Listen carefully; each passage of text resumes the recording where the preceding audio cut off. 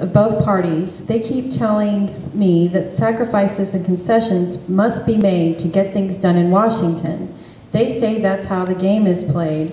And with people losing their jobs and our service members dying overseas, what are you doing now and what will you do to ensure that our nation is not treated as a game?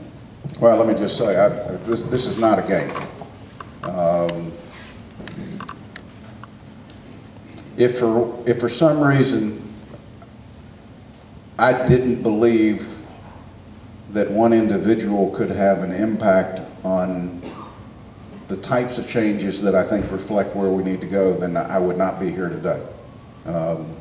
I'd be looking and probably optimistically at going back in the private sector. I spent 17 years there and I miss it to some degree.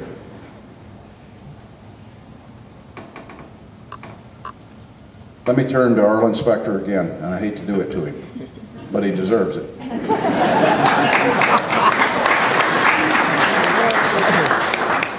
Our inspector changed parties, and the reason he stated was, I can't win as a Republican.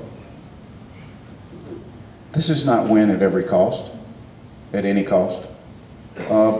This is, how many people do you have in Washington that are doing what they believe? And does that reflect the people that elected them? We're given an opportunity every 2, 4, and 6 years to purge the system. The American people have to utilize that. And if they do, then though every issue may not go the way we'd like it, we would at least have the confidence of knowing that the individuals that made the decision understood the ramifications, but more importantly, took the process as seriously as we would hope they would. Let me add as a caveat to this that we have a national media today, local media excluded, but we have a national media that is driven by ratings. Ratings are driven by entertainment value, not necessarily by fact. I just happened to grow up at a period that at 6:30 at night in my house, my dad went to the television. There was not a word said. For 27 minutes, he watched the news. And at the end of that period, he walked away with a full belief that he had gotten downloaded everything that was important for him to know and never questioned whether it was factual.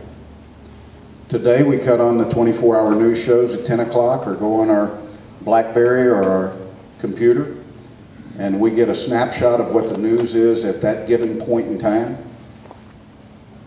Sometimes we never go back that afternoon to take another snapshot. If we did, we would find out that what they reported at 10 o'clock might not have been exactly accurate. And to some degree, the lead stories on the nightly news are going to be the ones that are most sensational, not the ones that are most important. And that's why you can have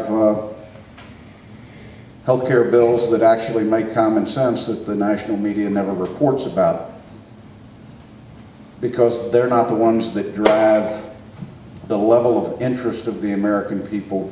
It's the sensationalism of the debate and the differences with the president's plan and the American people that drive their ratings. So just remember that. I'm still a big supporter of the First Amendment. But I also believe that the American people are going to hold these networks responsible, regardless of where they are, cable or national networks. They're going to hold them responsible for the content. And if they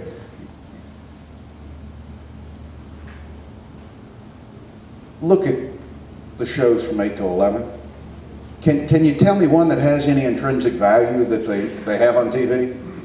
I mean, we really have dumbed down America using the broadcast on TV to do it. And the truth is, they're driving people to the internet because the American people are starved for news and they're starved for the things that the networks aren't providing. I don't know what the answer is going to be, but it will come to a head, I think.